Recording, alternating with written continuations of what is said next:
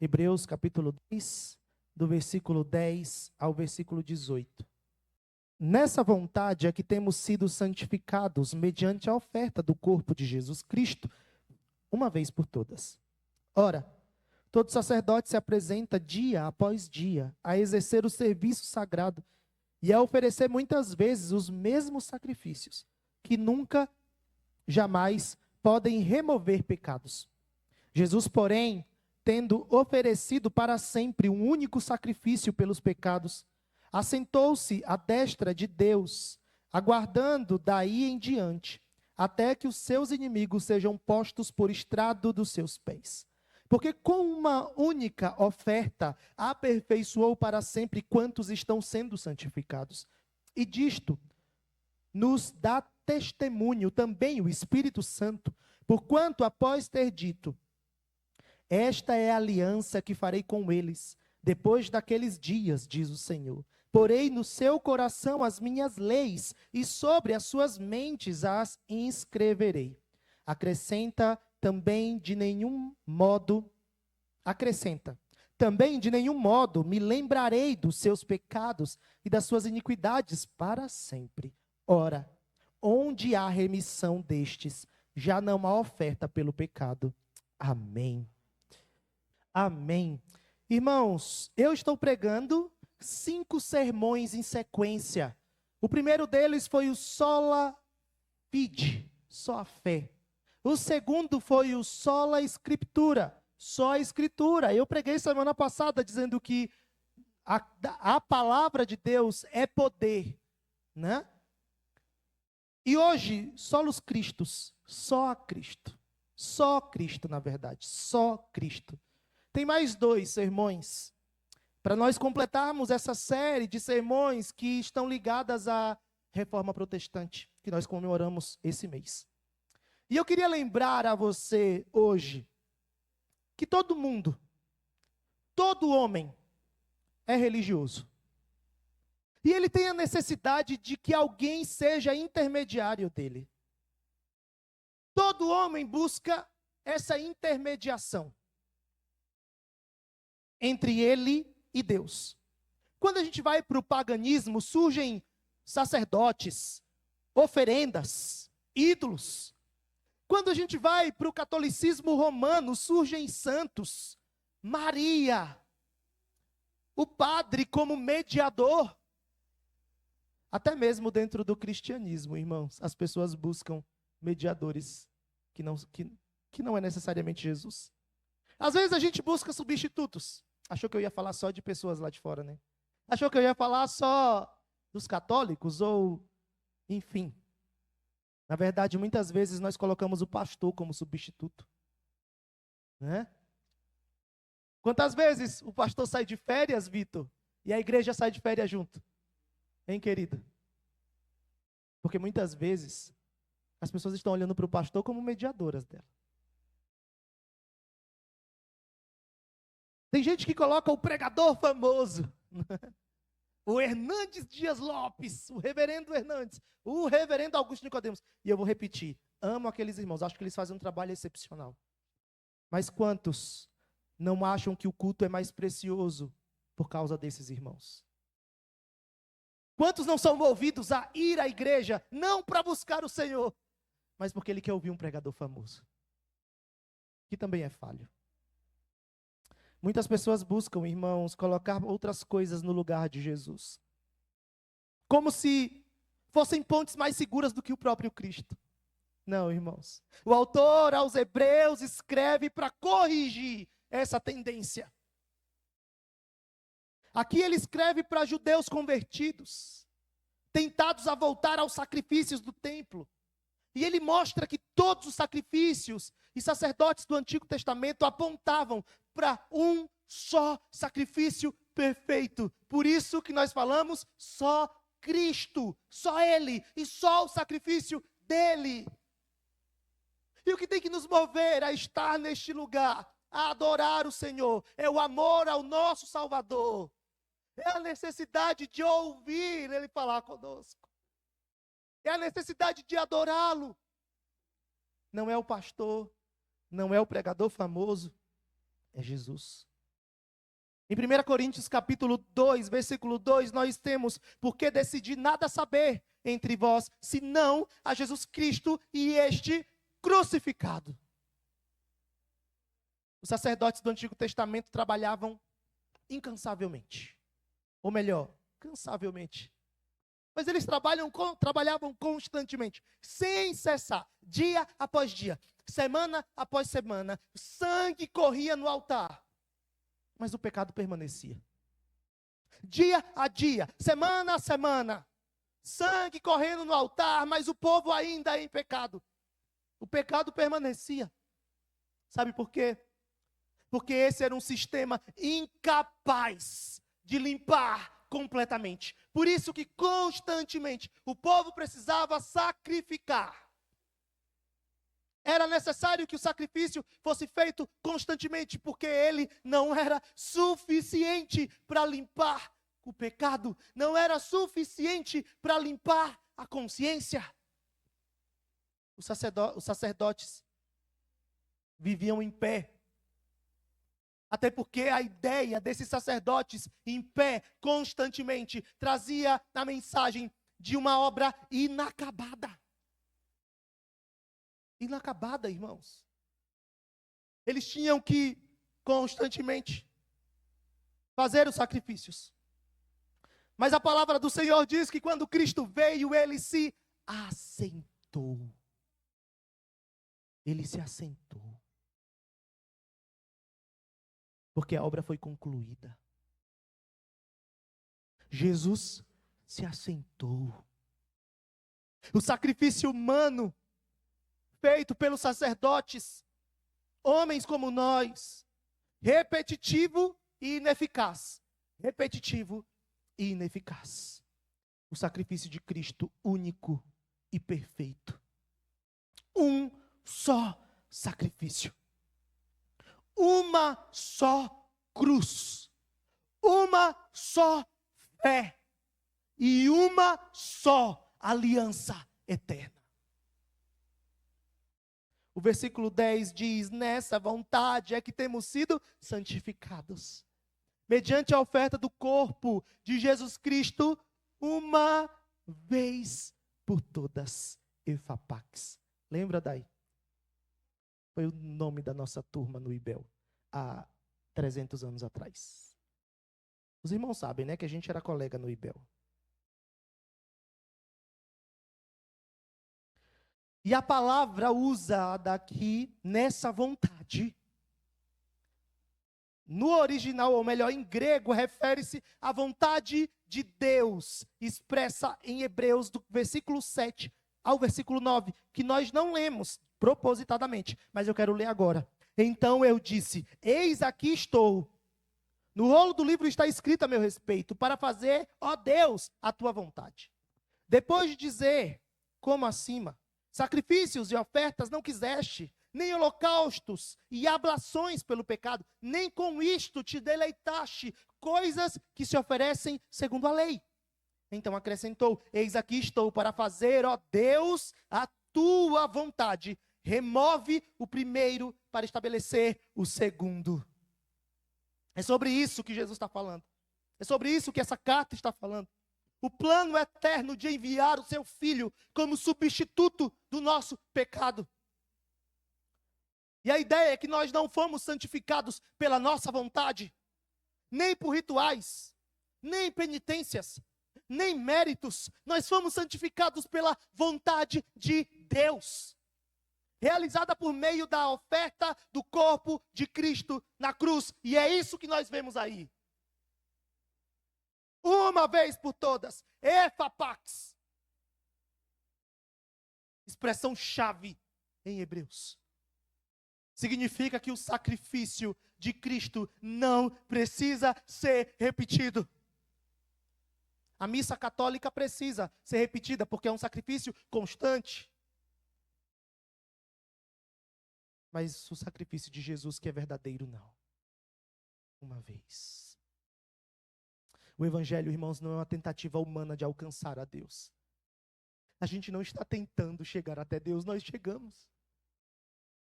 Não pelos nossos méritos, mas pelos méritos de Jesus, mas nós chegamos. Havia uma barreira gigantesca, um buraco que nos separava de Deus. Jesus vem, morre na cruz, ressuscita, vence a morte e nós vencemos com Ele. E agora eu tenho livre acesso a Deus. Eu oro e Ele me ouve. Eu canto e Ele escuta. Eu adoro e Ele recebe. Fruto da sua morte e da sua ressurreição, que foi feita de uma vez por todas. Romanos capítulo 5, versículo 8 diz: mas Deus prova o seu próprio amor para conosco, pelo fato de ter Cristo morrido por nós, sendo nós ainda pecadores. Aí tem o verso 11 e 12. Vamos ler juntos, irmãos. Verso 11 e 12. Ora, todo sacerdote se apresenta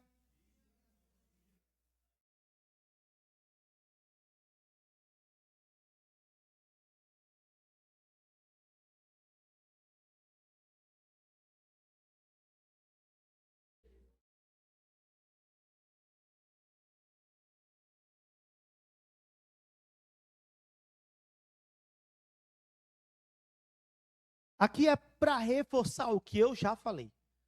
Os sacerdotes humanos ofereciam sacrifícios dia após dia. E a ideia aqui, o verbo se apresenta, no grego, traz uma ideia contínua. É um trabalho constante. E sabe o que é interessante? No templo não havia cadeiras, irmãos. Não dava para sentar. Eles tinham que sacrificar o tempo inteiro. Como eu disse, Cristo se assentou, porque o sacrifício foi completo. Agora vamos para o versículo 12 em diante, versículo 13 em diante, que diz assim: aguardando daí em diante, até que os seus inimigos sejam postos por estrado dos seus pés. Porque com uma única oferta, aperfeiçoou para sempre quantos estão sendo santificados. Aqui o autor mostra o resultado eterno da obra de Cristo. Ele aperfeiçoou para sempre. A salvação é completa, a salvação é irrevogável, a salvação é permanente. Você não precisa sair daqui com dúvidas de que é salvo. Você não é salvo pelos seus méritos, você é salvo pelos méritos de Jesus. E se você entregou a sua vida a Ele, se você reconheceu Jesus como o Salvador da sua vida, você pode ter certeza de que o céu te espera. Porque não é o seu mérito, não é o seu esforço, não é o seu sacrifício, é o de Jesus. E a gente não precisa e nem pode duvidar. O texto fala de quantos estão sendo santificados, porque embora o sacrifício de Cristo tenha sido perfeito, o Espírito Santo continua aplicando seus efeitos em nós todos os dias. Todos os dias eu sou um pouquinho melhor. Todos os dias eu me apresento diante de Deus um pouquinho melhor, porque os efeitos da obra de Cristo estão sendo aplicadas na minha vida todo santo dia. Mas é fato que alguns cristãos usam dessa teologia ou dessa mensagem para cruzar os braços e não fazer absolutamente nada, como se ele não tivesse responsabilidade nenhuma nesse processo. O processo de santificação exige teu esforço também. Quantos irmãos só vêm na igreja na Santa Ceia? Nossa, pastor, não fala não, porque os irmãos não vão vir nem na ceia. Irmãos, quantos são aqueles que não conseguem ter uma vida constante diante de Deus, de comunhão com a igreja, de comunhão com os irmãos? Porque eles acham que não precisam de santificação. Ou não entenderam quão miseráveis eles são e quão perto de Deus e da sua palavra eles precisam estar. Nós não precisamos, irmãos, de purgatório, de penitências, de intercessores ou méritos de santos para aperfeiçoar a salvação. Cristo aperfeiçoou para sempre aqueles que creem. E aqui está o contraste que muda a história. O texto diz: mas este, Cristo é o outro tipo de sacerdote. Há um contraste claro no texto. Há um mais que separa Jesus dos outros sacerdotes. Há um mais que o faz diferente dos outros. Este foi feito sacerdote e um sacerdote diferente. Cristo é outro tipo de sacerdote. Enquanto os sacerdotes se levantavam, Cristo se assentava. Enquanto os sacerdotes repetiam, Cristo ofereceu uma vez por todas. Enquanto os sacrifícios eram ineficazes, Cristo removeu o pecado para sempre.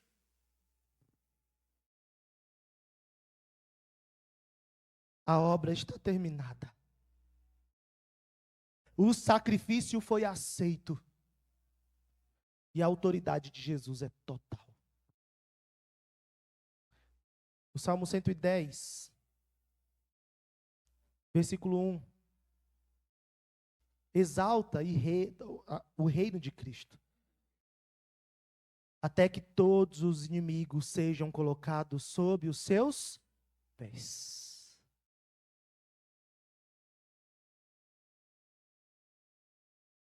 Aqui o autor une dois termos: aperfeiçoou, a obra é completa, e estão sendo santificados, o processo continua.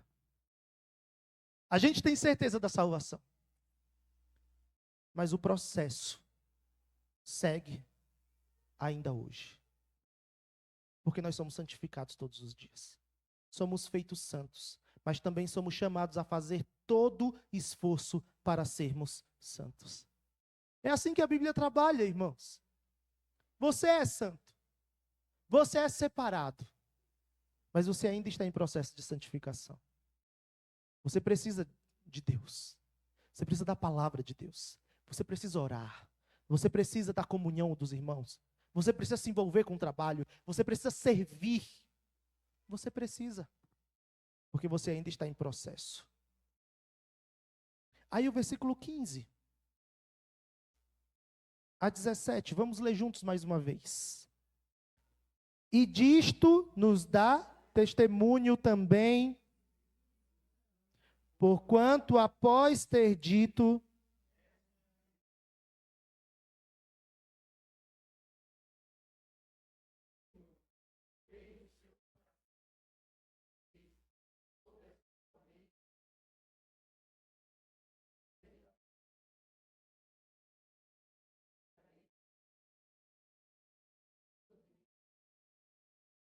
o Espírito Santo testifica que o perdão é definitivo. Que Deus não apenas perdoa, Ele esquece. O texto diz: e esta aliança que farei com eles depois daqueles dias, diz o Senhor, porei no seu coração as minhas leis, e sobre a sua mente as inscreverei. E no verso 15, e disto nos dá testemunho também o Espírito Santo. Todos os dias, irmãos, nós somos confrontados, consolados, edificados pelo Santo Espírito do Senhor. O Santo Espírito do nosso Deus, que é Deus, caminha comigo e contigo todos os dias. E isso também é reflexo da obra de Cristo. Porque só é possível porque Jesus morreu na cruz e ressuscitou, e agora eu tenho, ou eu sou, a habitação do Espírito Santo. E nos dias de angústia, nos dias de luta, nos dias de dúvidas, eu sou consolado, eu sou confortado, eu sou edificado pelo próprio Espírito do Senhor, que trabalha constante, de lado a lado, com a palavra de Deus. Ele não trabalha desassociado da palavra. Portanto, há perdão completo. E se há perdão completo, não há mais necessidade de sacrifício. Nós não estamos aqui fazendo um sacrifício a Deus, irmãos. Nós não estamos aqui trabalhando, servindo a Deus para que sejamos salvos, ou para que sejamos aceitos, não. Nós fazemos como reflexo da nossa salvação. Nós já fomos salvos, nós já fomos aceitos, e agora nós servimos a Deus com alegria, como reflexo da salvação que ganhamos. Nós não fazemos para sermos salvos. Eu não preciso fazer absolutamente nada para ter a minha salvação, porque isso é garantido por Jesus. Agora, como salvo, eu trabalho, eu me envolvo, eu adoro, eu exalto, eu sirvo. Porque isso é reflexo do cristão. O cristão recebeu a mensagem, ouviu a palavra, e agora ele olha para o mundo, e ele olha para as pessoas, e ele encontra pessoas que também precisam ouvir, receber, serem consoladas, e ele se dispõe a ser instrumento de Deus, para abençoar a vida de outras pessoas, para fazer com que a palavra de Deus chegue a outras pessoas. Quando você confessa seus pecados a Deus em Cristo, Ele os apaga. Você não precisa revivê-los. Você precisa viver em gratidão. E gratidão nos leva a servir. Gratidão nos leva a estar aos pés do Senhor. Eu não consigo entender, irmãos, como que há pessoas que receberam essa preciosa salvação em Jesus, que receberam o melhor de Jesus e entregam qualquer coisa a Deus. Irmãos, pensa comigo. Você tem os seus filhos. Muito provavelmente, a grande maioria aqui tem filhos. A gente cuida dos filhos e tem uma coisa que dói muito. É quando nossos filhos são ingratos com a gente, não é? Uma das coisas mais horríveis para alguém que cuidou do seu filho com zelo, com amor e com carinho, é chegar no final da vida e ser jogado no asilo. Não estou falando do cuidado do asilo, também não estou demonizando o asilo. Eu estou falando que muitos desses lugares são locais em que as pessoas simplesmente abandonam os idosos lá. E o sentimento de ingratidão, decepção. E às vezes a gente faz isso com Deus, porque como nosso Pai, Ele nos deu a maior preciosidade do mundo, a nossa salvação. E a gente costuma entregar a Deus qualquer coisa. E às vezes achamos que estamos fazendo um favor a Deus. Eu faço tanto, né? Eu faço tanto. Eu dizimo, eu oferto. Eu ajudo de vez em quando na igreja. Oh, como eu sou um crente maravilhoso. Não, irmãos. Você é miserável, redimido em Jesus, que deve viver constantemente aos pés do Senhor, em gratidão. Aí o verso 18. Leiamos juntos. Ora, onde há remissão destes... Mais uma vez. Ora, onde há remissão destes, perdão total. Total. O fim dos sacrifícios. Eu não faço sacrifícios a Deus. Eu trabalho como gratidão ao Senhor. Eu não preciso mais de sacrifícios. Deus não precisa mais. Dos seus pecados jamais me lembrarei. Deus não apenas perdoa, como eu disse, Ele esquece. E a ideia aqui, irmãos, não é que Deus esquece porque Ele tem Alzheimer, ou porque Ele teve... Não. A ideia do esquecimento aqui é voluntário e gracioso. Deus escolheu esquecer. O próprio esquecimento de Deus é fruto da sua graça. Ele escolheu olhar para você e não enxergar em você os seus pecados. Ele escolheu. Isso é graça.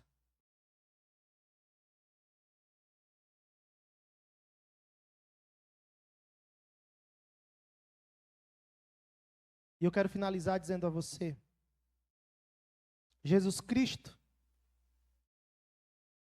é o centro da história.